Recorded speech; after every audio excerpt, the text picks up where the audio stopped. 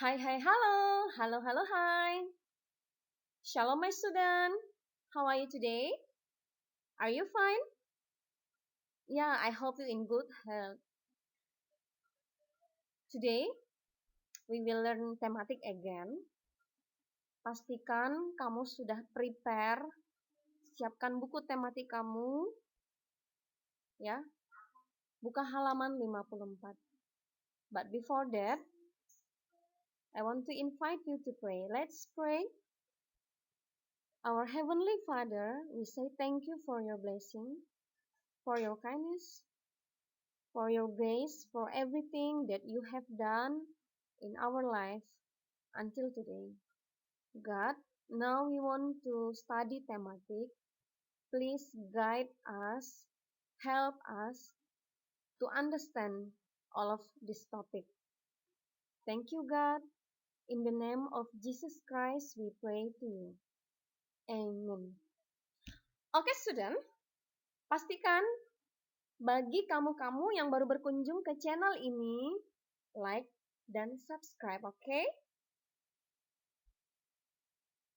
Ya, hari ini kita di tema 9 masih di subtema 2, pembelajaran 3, pastinya bersama teacher Tina ya. Sudah kenal. Wow, ada gambar iklan ya, iklan sampo. Nah, ini adalah cuplikan iklan sampo yang diambil dari salah satu situs media elektronik. Menurut kamu apa sih yang bisa menarik perhatian masyarakat pada sebuah iklan? Apa yang perlu diperhatikan? Ya, ada banyak hal yang perlu diperhatikan ya. Nah, jadi hari ini kita mau mengidentifikasi yaitu ciri-ciri bahasa iklan media elektronik. Nah, pada subtema sebelumnya kan kamu sudah belajar iklan media cetak. Nah, hari ini kita belajar iklan media elektronik. Ciri-cirinya bagaimana, teacher? Perhatikan. Kata yang digunakan singkat, menarik, logis, dan sopan. Nah, jadi kalau kamu kan sering tuh tonton televisi atau buka YouTube, biasanya ada iklan yang muncul ya. Nah, sangat jarang iklan tersebut dibumbui dengan bahasa-bahasa yang terlalu panjang. Pastinya simple, singkat, tapi menarik. Bahkan ada mungkin slogan-slogan yang bisa gampang diingat masyarakat ya, sehingga memudahkan daya tarik juga terhadap suatu barang atau jasa yang diiklankan. Kemudian, kata-kata yang terdapat dalam iklan itu dapat memberikan pengaruh kepada masyarakat. Contoh, seperti iklan tadi. Iya, rambut akan bebas dari ketombe. Bersih, mengkilat katanya. Tidak rontok. Jadi ada memberikan pengaruh ya, sugesti. Kemudian menonjolkan informasi yang dipentingkan dalam iklan. Jadi ketika ada suatu barang atau jasa yang diiklankan pada media elektronik, harus ada informasi yang ditonjolkan tentang barang atau jasa tersebut. Apa sih poin penting dari barang itu? Contoh nih, kalau ada iklan madu, tentu informasi apa yang perlu ditonjolkan? Misalnya, murni, langsung dari sarang lebahnya seperti itu ya. Manis tanpa bahan pengawet. Itu adalah informasi yang harus ditonjolkan. Kemudian menunjukkan sasaran iklan. Nah, kira-kira sasaran iklan madu ditunjukkan kepada siapa? Bisa kepada seluruh keluarga ya. Tapi bagaimana kalau iklannya itu adalah sampo orang dewasa? Berarti tentu sasarannya adalah untuk orang dewasa, bukan kepada anak-anak. Seperti itu. Bisa paham ya anak-anak ya? Nah, supaya kamu bisa lebih memahami bahasa iklan, kamu bisa baca di halaman 54 dan 55 tentang iklan media elektronik. Oke. Nah, tadi kan kita berbicara tentang ciri-ciri iklan elektronik.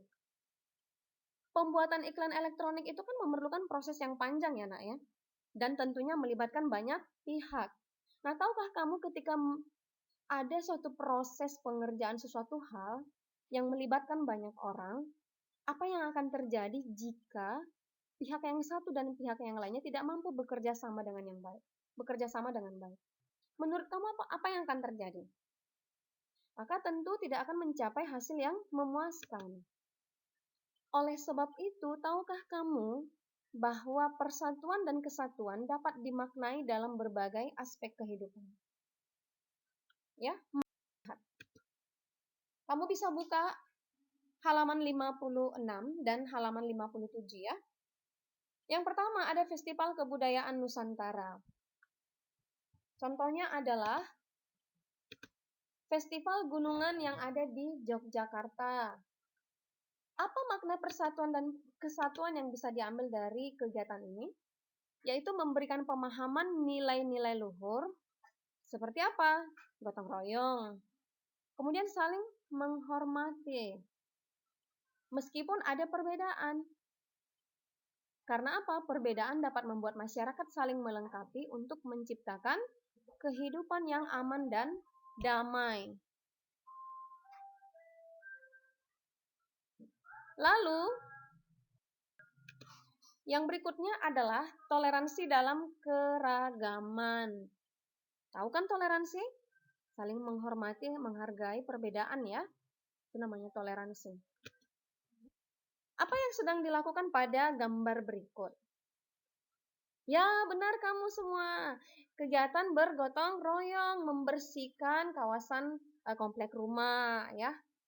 Atau memperbaiki jalan ya, seperti itu. Apa makna persatuan dan kesatuan yang bisa kita ambil? Memupuk rasa persatuan dan setiap umat dapat hidup berdampingan. Nah, kamu juga di lingkungan rumah kamu tentunya beragam suku dan agama kan?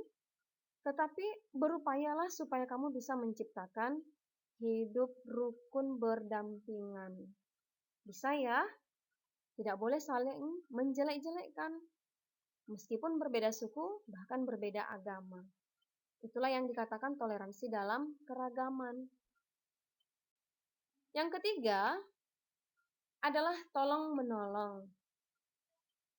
Ketika ada teman kamu yang jatuh, teacher dulu masih sering lihat, malah kamu ketawain. Nah, itu bukan perbuatan dan sikap yang baik. Lalu sikap yang baik itu seperti apa, teacher? Membantunya. Atau ketika ada teman kamu yang kesulitan, atau mungkin dia tidak memiliki pena ketika kita belajar di sekolah, dan kamu memiliki 2 atau lebih, tentu pinjamkanlah salah satu yang kamu punya kepada teman kamu. Itu namanya tolong-menolong, tanpa mengharapkan imbalan atau balas jasa. Mengapa harus tolong-menolong? Ada yang bisa jawab? Ya benar, karena manusia itu adalah makhluk sosial. Makhluk sosial itu apa, teacher? Makhluk sosial yang tidak dapat hidup sendiri. Itu artinya makhluk sosial. Jadi manusia itu tidak bisa hidup sendiri, harus berdampingan dengan orang lain, akan saling membutuhkan. Seperti itu. Nah, sampai di sini bisa paham ya anak-anak ya? Jadi makna persatuan dan kesatuan juga bisa kamu temukan loh pada peristiwa sehari-hari yang kamu jalani sehari-hari. Kamu bisa lihat di halaman 56 dan 57, oke?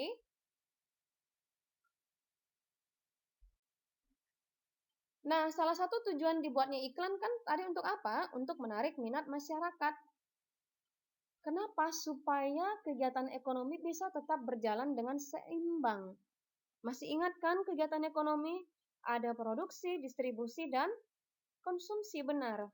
Nah, ketiganya ini harus berjalan dengan seimbang. Barulah tercipta yang namanya kegiatan ekonomi masyarakat yang baik. Nah, mari kita perhatikan dulu di halaman 57, 58, dan 59. Jenis usaha dalam kegiatan ekonomi masyarakat Indonesia. Nah, kita tahu bahwa Indonesia itu adalah negara agraris. Apa artinya, masih ingat? Ya, negara pertanian ya, dan juga negara maritim, negara kepulauan. Nah, jadi berdasarkan itu, kita tahu bahwa kegiatan ekonomi masyarakat banyak yang melakukan di bidang kegiatan pertanian. Ada juga perkebunan. Kenapa? Karena memang dari segi wilayah geografis Indonesia yang tropis dengan tanah yang subur bisa menghasilkan banyak tanaman yang bermanfaat, pertanian dan perkebunan. Nah, hasil pertanian dan perkebunan itu akan diperdagangkan melalui kegiatan perdagangan.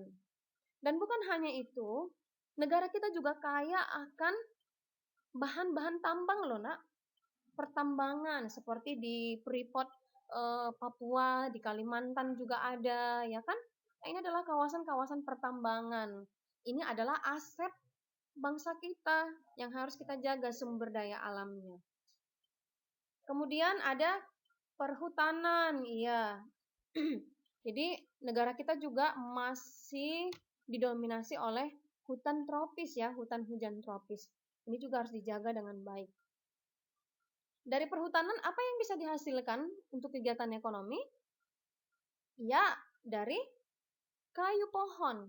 Tetapi ingat, penebangan pohon hanya bisa dilakukan secara legal ya, ada izinnya. Kemudian kegiatan perikanan di wilayah pantai. Ada kegiatan perindustrian di wilayah perkotaan seperti kita Batam, kita memang wilayah perindustrian ya. Banyak PT-PT berdiri dan mampu menampung puluhan ribu tenaga kerja. Jadi kita bersyukur juga boleh tinggal di Batam. Nah, kemudian juga ada kegiatan peternakan. Kegiatan peternakan ini banyak, bisa peternakan ayam, sapi, dan seperti ini kambing dan lain sebagainya ya. Dan ada kegiatan ekonomi di bidang jasa, contohnya apa? Rumah sakit, bank, dan lain sebagainya. Nah, ini adalah kegiatan ekonomi. Nah, tentunya setiap kegiatan ekonomi harus berjalan dengan seimbang. Karena setiap kegiatan ekonomi itu saling membutuhkan satu sama lain ya. Tetapi ingat, setiap wilayah memiliki jenis usaha ekonomi yang berbeda-beda loh. Masih ingat kan, wilayah perkebunan tentu kegiatan ekonominya berbeda dengan wilayah perairan atau pinggir pantai. Sudah paham ya anak-anak teacher? Baiklah, demikian pertemuan kita hari ini. Ini adalah pertemuan pertama seperti yang teacher bilang tadi. Lalu apa tugasnya hari ini teacher? Tugas kamu adalah menuliskan 3 peristiwa yang mencerminkan persatuan dan kesatuan dalam kehidupan sehari-hari. Kamu lihat di halaman 57. Ya, peristiwa yang mencerminkan persatuan dan kesatuan dalam kehidupan sehari-hari. Nah, teacher minta dengan sangat, kamu kan sudah kelas 5 nih. Cobalah menganalisa atau membuat suatu bahasa yang baik, bahasa yang baku, bukan sekedar menolong ibu di dapur, tidak. Tapi cobalah lebih rangkai 3 peristiwa yang mencerminkan persatuan dan kesatuan dalam kehidupan sehari-hari. Yang kedua, menuliskan sebuah usaha ekonomi yang kamu ketahui dan buatlah sebuah laporan seperti halaman 59. Lihat di halaman 59. Jadi, buatlah sebuah usaha ekonomi, tuliskan sebuah usaha ekonomi, oke? Itu saja tugas kamu hari ini. Untuk pertemuan besok, masih pembelajaran 3 khusus mengerjakan ayo berlatih, tapi itu besok, oke?